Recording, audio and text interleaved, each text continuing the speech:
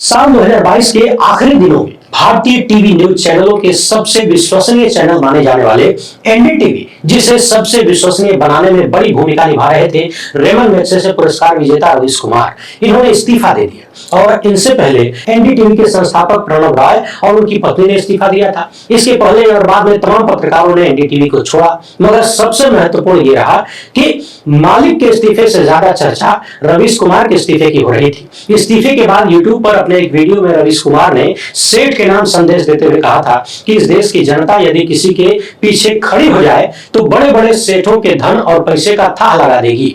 आप सभी जानते हैं रवीश कुमार समेत जितने भी स्वतंत्र पत्रकार आज देश में बोल पा रहे हैं, काम कर पा रहे हैं, सवाल कर पा रहे हैं, वो सब इस देश की जनता की बदौलत है, यानी आपकी बदौलत है। जनता जब ठान लेती है तो चाहे बड़े बड़े सेठ हों, चाहे बड़े बड़े स्वघोषित विश्वगुरु हों, वो मां की कोख से पैदा हुए हों या फिर ऑटोमेटिक अवतरित हुए हों, सबका थाह लगा देती है देश की जनता, पैसे का भी और हैसियत का भी। कुछ ऐसा ही काम एक बार फिर से देश की जनता विनेश फोगाट के लिए करने जा रही है। मैंने कहा था कि बड़े बड़े लोग बड़ी बड़ी साजिशें करके बैठे रह गए। ओलंपिक से विनेश को गोल्ड मेडल या सिल्वर मेडल मिले न मिले, वहां भले ही प्रधानमंत्री ने विनेश को हारा हुआ बता दिया हो, मगर देश में विनेश फोगाट जीत चुकी है। और अब जो खबर आ रही है वो प्रमाणित कर रही है कि देश की जनता के दिल में विनेश फोगाट सिल्वर तो छोड़िए, गोल्ड भी छोड़िए, भारत रत्न का खिताब जीत रही है, जगह बना चुकी है। जी हाँ, हरियाणा में सर्वजातीय स्वखापों ने यानी सभी जातियों के खापों ने मिलकर विनेश फोगाट के मामले में 7 बड़े ऐलान किए, फैसले लिए और सत्ता से विनेश फोगाट के लिए कुछ बड़ी डिमांड की। और ये डिमांड भी ऐसी नहीं है कि इन लोगों ने मांग कर दी, सरकार एक कान से सुन के दूसरे से निकाल दे और सो जाए। डिमांड के साथ साथ इन लोगों ने ये ऐलान भी कर दिया है, चेतावनी दे दी है कि अगर हमारी बातों पर गौर नहीं किया गया, सरकार ने हमारे फैसलों का संज्ञान नहीं लिया, तो बड़े स्तर पर आंदोलन किया जाएगा। यानी कि हरियाणा की पंचायतों ने वो ऐलान कर दिया है जो बात देश की जनता के मन में लगातार उठ रही थी। और अभी का वक्त ऐसा है कि मोदी सत्ता कान में कड़वा तेल डालकर सो भी नहीं सकती। जानते हैं क्यों? क्योंकि हरियाणा में अगले कुछ ही सप्ताह में विधानसभा के चुनाव होने वाले हैं और इन चुनाव में भाजपा की हालत ऐतिहासिक रूप से खराब नजर आ रही है। बल्कि स्थिति ऐसी है कि जमीन पर तो अभी से रिजल्ट घोषित हो गया है, लोग सरेआम भाजपा की विदाई की चर्चा करने लगे हैं, वो भी शर्मनाक विदाई। यानी साजिश करने वाले चाहे जितनी बड़ी बड़ी साजिशें करते रहे, अब विनेश फोगाट का मामला देश की जनता ने अपने हाथों में ले लिया है और कथित बदले के रूप में जो सम्मान पाने से विनेश को रोकने का कथित षड्यंत्र भारत से लेकर पेरिस तक रचा गया, उन सबको धराशायी करने का ऐलान हो चुका है। और तो षड्यंत्रों की जांच सुप्रीम कोर्ट के जज से कराने की बात हो रही है। इस वीडियो में एक एक पॉइंट को बेहद आसान भाषा में आपके सामने रखूंगा। विनेश फोगाट की कहानी बड़े जबरदस्त मोड़ पर पहुंच चुकी है। वैसे भी जब देश की जनता किसी मामले को अपने हाथ में ले लेती है तो मामला जबरदस्त हो ही जाता है। तरस तो आजकल वो लोग भी बहुत खा रहे होंगे जो कथित साजिशों के माध्यम से, षड्यंत्रों के माध्यम से विनेश फोगाट को हराने की कोशिश कर रहे थे। पिछले सालों में विनेश फोगाट और अन्य महिला पहलवान कितनी चर्चाओं में रही, किस लिए रही, ये हम सब ने देखा। उन्होंने भाजपा के सांसद ब्रजभूषण शरण सिंह पर यौन शोषण का गंभीर आरोप लगाया। उम्मीद भरी नजरों से प्रधानमंत्री मोदी की तरफ देखती रही कि इन्होंने तो हमें अपने घर की बेटी कहा था, हमारी मदद करेंगे, हमारे सम्मान के लिए आगे आएंगे। लेकिन शायद इन महिला पहलवानों को मालूम नहीं था कि प्रधानमंत्री खाली अपनी कुर्सी के लिए आगे आते हैं। जब आप मेडल जीत कर आएंगे, आपके नाम से अगर वोट मिलने वाला होगा तो आपके साथ फोटो खिंचवा लेंगे, आपको अपने घर के बच्चे बुलाएंगे, अपने घर में बिठा के चाय भी पिलाएंगे। लेकिन जैसे ही लगेगा कि आपके लिए अपने सांसद के खिलाफ एक्शन लेने पर कुर्सियां कमजोर होगी, चुनावी नुकसान होगा, तो फिर प्रधानमंत्री 1 सेकंड में मिस्टर इंडिया बन जाएंगे, यानी गायब हो जाएंगे। महिला पहलवानों का मामला हो, मणिपुर का मामला हो, काशी हिंदू विश्वविद्यालय यानी बीएचयू में आईटी सेल के गुर्गों द्वारा कथित दुष्कर्म का मामला हो, या फिर ऐसे जितने भी मामले थे, सब में साहब 1 सेकंड के भीतर मिस्टर इंडिया बनकर दिखा चुके हैं। अब किसी प्रमाण की आवश्यकता नहीं रह गई है। पिछले 2-3 वीडियो में हमने विस्तार से आपको बताया कि कैसे 53 किलो की कैटेगरी में खेलने की इच्छा रखने वाली विनेश फोगाट को जबरदस्ती 50 किलो कैटेगरी में खेलने के लिए मजबूर किया गया। उनकी जगह जिस खिलाड़ी को रखा गया 53 किलो कैटेगरी में, उसने शुरुआती मैच में ही देश का सपना तोड़ दिया। मगर विनेश फोगाट तमाम मजबूरियों, मानसिक प्रताड़ना और तमाम साजिशों को हराते हुए 50 किलो कैटेगरी में आगे निकल गई। अपने पहले ही मैच में विनेश ने 4 बार की वर्ल्ड चैंपियन और पिछले ओलंपिक में गोल्ड मेडल जीतने वाली पहलवान को चित कर दिया। इसके बाद विनेश फोगाट ने क्वार्टर फाइनल और सेमीफाइनल में भी दमदार जीत हासिल की, फाइनल में प्रवेश किया। इन मैचों के बाद डिहाइड्रेशन से बचाने के लिए विनेश फोगाट को कुछ लिक्विड पिलाया गया, जिसके बाद आरोप लगा कि कथित तौर पर असामान्य तरीके से विनेश फोगाट का वजन बढ़ गया। 50 किलो से 100 ग्राम वजन अधिक होने की वजह से विनेश को डिस्क्वालीफाई कर दिया गया। और तो और जिन मैचों में वे जीत चुकी थी उनकी जीत भी उनके नाम दर्ज न करने का फैसला हो गया। ये मामला अभी अदालत में है। 10 तारीख की शाम को फैसला आने वाला था मगर नहीं आया। अब तक की रिपोर्ट यह है कि 13 तारीख की शाम के वक्त फैसला आ सकता है कि विनेश फोगाट को सिल्वर मेडल दिया जाएगा कि नहीं। विनेश के पक्ष में सबसे महत्वपूर्ण दलील यह है कि जिन मैचों में उन्होंने जीत दर्ज की है उन मैचों को खेलने से पहले उनका वजन मानक के अनुसार था। यहां तक के मामले जब सामने आए तो एक से बढ़कर एक गंभीर आरोप विनेश फोगाट के विरोधियों पर लगे, यानी जिन पर उन्होंने यौन शोषण का आरोप लगाया था उन ब्रजभूषण सिंह और मोदी सत्ता पर लगे। और आरोप लगते भी क्यों नहीं, जो कुश्ती महासंघ दिसंबर 2023 से ही लंबित है उसके लोग पेरिस में जाकर न जाने किस हैसियत से विनेश फोगाट के भाग्य का फैसला कर रहे हैं। ये बात खुद विनेश फोगाट के वकील ने दिल्ली हाईकोर्ट में कही है। इन घटनाओं ने, इन आरोपों ने साजिश तथा षड्यंत्र की कहानी को और बल दिया। मगर चूंकि पूरे देश और दुनिया ने देखा था कि विनेश फोगाट ने जबरदस्त खेला है और जीत दर्ज की है, दुनिया भर के कई बड़े बड़े खिलाड़ियों ने विनेश फोगाट को उनका जीता हुआ मेडल देने की वकालत की। मगर अपने पहले वीडियो में मैंने विनेश फोगाट के मामले में कहा था कि कोई भी व्यक्ति किसी भी खेल में या फिर किसी भी लड़ाई में जीतना क्यों चाहता है, परम लक्ष्य होता है सम्मान मिलना।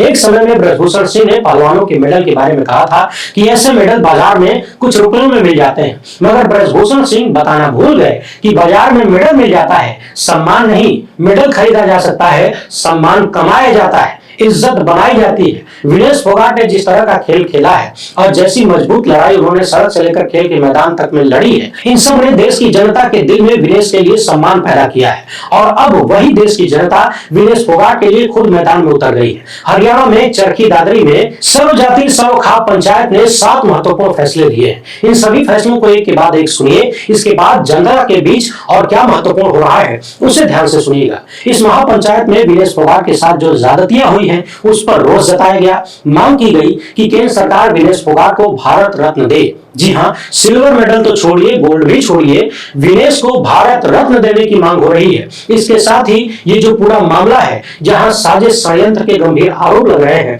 इन सब की जांच सुप्रीम कोर्ट के सिटिंग जज से कराने की मांग की गई है। और खाप पंचायत में सबसे महत्वपूर्ण बात यह कही गई कि यदि सरकार ने इन फैसलों पर संज्ञान नहीं लिया तो बड़े स्तर पर आंदोलन किया जाएगा। विनेश फोगाट 100 ग्राम वजन अधिक होने के बाद डिस्क्वालीफाई हो गई थी तो उन्होंने कुश्ती से संन्यास लेने का बड़ा ऐलान कर दिया। लेकिन अब इस मामले को लेकर खाप पंचायतें एकजुट होनी शुरू हो गई हैं, यानी देश की बेटी के लिए सभी जातियों की सर्व खाप पंचायतें एक साथ मिलकर फैसला ले रही हैं। 3 घंटे तक ये पंचायत चली, 7 फैसलों पर मुहर लगाई गई।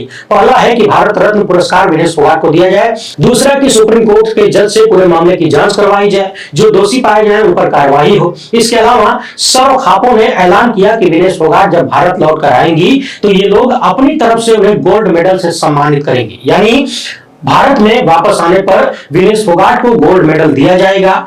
और सर्व खापों ने ऐलान यह भी किया है कि रोहतक के नांदल भवन में देश भर की खाप में विनेश फोगाट को सम्मानित किया जाएगा। इसके अलावा जिला स्तर पर पंचायत खापों द्वारा प्रदर्शन करके राष्ट्रपति के नाम ज्ञापन सौंपा जाएगा तथा विनेश फोगाट के कुश्ती से संन्यास लेने के फैसले को वापस लेने के बारे में उन्हें मनाने की कोशिश की जाएगी। यानी ओलंपिक से डिस्क्वालीफाई होने के बाद विनेश फोगाट ने जो ऐलान किया था और लिखा था कि मां कुश्ती जीत गई, मैं हार गई, मेरे भीतर अब और हिम्मत नहीं बची है लड़ने की, मैं अब कुश्ती छोड़ रही हूं। उनके इस फैसले को वापस करवाने की बात भी शुरू हो चुकी है। उधर पंचायत ने यह भी निर्णय लिया है कि विनेश फोगाट जब भारत लौटेंगी तो एक भव्य समारोह करके उन्हें गोल्ड मेडल तथा आयरन लेडी के खिताब से नवाजा जाएगा। वैसे भारत में इसके पहले आयरन लेडी किसे कहा जाता था, कमेंट बॉक्स में जरूर लिखकर बताइएगा।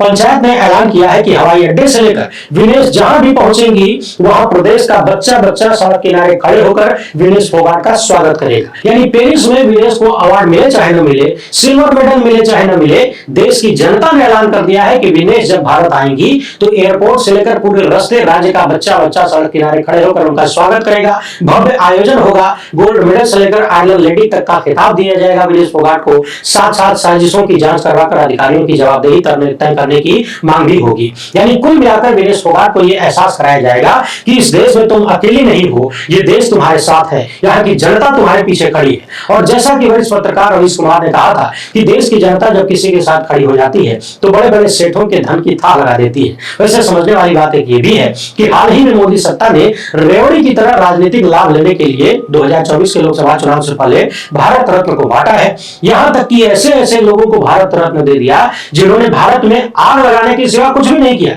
जिनके पूरे जीवन की कुल जमा पूंजी यही है कि उन्होंने एक यात्रा निकाली जिसने भारत को सैकड़ों साल पीछे कर दिया, नफरत हिंसा का माहौल पैदा किया, न जाने कितने सौ या हजारों लोगों की जिंदगी तबाह कर दी, न जाने कितनी जानें छीन ली। तो जब ऐसे ऐसे लोगों को भारत रत्न दिया जा सकता है तो फिर विनेश फोगाट ने तो वो करके दिखाया जो लगभग असंभव जैसा था, उन्हें क्यों नहीं दिया जाना चाहिए। इधर एक बात और समझने वाली है, खाप पंचायतों ने जो डिमांड रखी है उसे नकार देना या फिर उस पर आंख मूंद लेना भाजपाई डबल इंजन के लिए इस वक्त जरा मुश्किल है, क्योंकि हरियाणा में अगले दिनों में विधानसभा के चुनाव होने वाले हैं। हाल ही में हुए लोकसभा के चुनाव में हमने देखा 10 में से 10 सीट जीतने वाली भाजपा आधे पर सिमट गई और लोकसभा चुनाव परिणाम के बाद हरियाणा में जैसी खबरें आ रही हैं, जो कुछ घटनाएं घटी हैं, जो राजनीतिक बदलाव देखने को मिल रहे हैं, उनसे पता चल रहा है कि कहानी अब 70-30 तक पहुंच गई है। यानी 70% माहौल कांग्रेस के पक्ष में है, 30% माहौल बीजेपी के पक्ष में है। ऐसे में विनेश फोगाट के मामले पर जो एक नई हवा बही है, यानी भाजपा डबल इंजन ने अब जरा सी भी लापरवाही की तो भाजपा को और चुनावी नुकसान हो सकता है। और आप तो जानते ही हैं, साहब कोई भी नुकसान मंजूर कर सकते हैं लेकिन चुनावी नुकसान मंजूर नहीं है। इनके लिए वही कहावत फिट बैठती है कि वर मरे चाहे कन्या, दक्षिणा से काम है, अपनी कुर्सी बची रहनी चाहिए, देश में जो होता है होता है। पिछले दिनों हमने देखा ही, एक दिन में लगातार 3 मैच जीतने के बाद, उसमें भी पहले ही मैच में विश्व चैंपियन खिलाड़ी को हराने के बाद जब पूरा देश विनेश फोगाट का झंडा बुलंद कर रहा था तो साहब एक ट्वीट तक नहीं कर पाए। चौतरफा सवाल हो रहे थे कि देखिए प्रधानमंत्री, ये वही विनेश फोगाट है जिन्हें आपकी पुलिस ने दिल्ली की सड़कों पर रौंदा था, जिन्हें आपके IT सेल ने, आपके नेताओं ने, आपकी गोदी मीडिया और उसके सैकड़ों लपटझंडिसों ने बदनाम करने में कोई कोर कसर नहीं छोड़ी। आज देश की इस बेटी ने देश का नाम फिर से ऊंचा किया है। इसके बाद दूसरे दिन कहानी पलट गई और जैसे ही दूसरे दिन विनेश डिस्क्वालीफाई हुई, प्रधानमंत्री का ट्वीट बिजली की रफ्तार से आया और इसमें उन्होंने इशारों में ये कहने की कोशिश की कि विनेश तुम हार गई हो, वापस आ जाओ। लोगों ने प्रधानमंत्री की इन बातों की आलोचना की कि कहां तो इन्हें नए रास्ते तलाशने चाहिए, अपने देश की बेटी के साथ खड़े होकर उसे न्याय दिलाने की बात करनी चाहिए, लड़ना चाहिए, और वो कह रहे हैं कि वापस आ जाओ। यहीं से संदेहों का बाजार और गर्म होने लगा। बाकी गोदी मीडिया तथा भारत के खेल मंत्री किस तरीके से खर्चा गिनवा रहे थे कि विनेश फोगाट पर 70,45,000 खर्च हुआ है, ये तो आप सबने देखा ही। बेशर्मी और बेहयाई की इससे ऊंची पराकाष्ठा को छोड़ ही नहीं सकती। मगर आप भी जानते हैं, इन शब्दों और इन भावनाओं की कोई जगह मोदी सत्ता में नहीं है। डिस्क्वालिफिकेशन के बाद मोदी के परिवार के लोगों और इनके समर्थकों ने विनेश फोगाट के बारे में कैसी कैसी टिप्पणियां सोशल मीडिया पर की है, ये भी हम सब ने देखा है। ऐसी ऐसी बातें लिखी जा रही हैं जो किसी भी सभ्य समाज में स्वीकार्य नहीं हो सकती। लेकिन चूंकि आप जानते हैं, असभ्यता की पराकाष्ठा को छूने वाले ही साहब के परिवार के सदस्य बनते हैं, तो उन्होंने अपनी सभ्यता, अपनी संस्कृति और अपने संस्कार का परिचय लगातार देना जारी रखा है। नफरती गुर्गों के कुछ ऐसे ही ट्वीट मैं आपकी स्क्रीन पर दिखा रहा हूं, इन्हें आप भी देखिए। कोई व्यक्ति अपने दुश्मन की बेटी के लिए भी ऐसे शब्दों का प्रयोग नहीं कर सकता, और यहाँ उस बेटी के लिए किया जा रहा है जिसने दुनिया में भारत का परचम लहराया है। वैसे साहब की सबसे बड़ी कमाई पिछले 10 सालों की या फिर उनके पूरे जीवन की ये भी है जो आपकी स्क्रीन पर दिख रही है। संगठित तरीके से इन लोगों ने देश की जनता को जनता के खिलाफ खड़ा कर दिया। विरोध करने वालों, सवाल करने वालों, आलोचना करने वालों तथा अपनी मांग रखने वालों को देशद्रोही, धर्म विरोधी जैसे शब्दों से बुलाना शुरू कर दिया। नफरत, हिंसा और बंटवारे का जबरदस्त माहौल पैदा किया। ये इनकी सबसे बड़ी कमाई में से एक है जो इन्होंने जीवन भर में कमाई है, जो देश को दिया है। वैसे आपको क्या लगता है, क्या देश की जनता ने विनेश फोगाट के मामले में कथित साजिशकर्ताओं को बुरी तरह से परास्त कर दिया है, उनका षड्यंत्र फेल कर दिया है? अपनी राय इस मामले पर कमेंट बॉक्स में जरूर लिखिएगा। वीडियो को ज्यादा से ज्यादा लोगों तक पहुंचाएं। पहली बार है तो सब्सक्राइब कर लीजिए। हमसे जुड़ने के लिए बहुत बहुत धन्यवाद।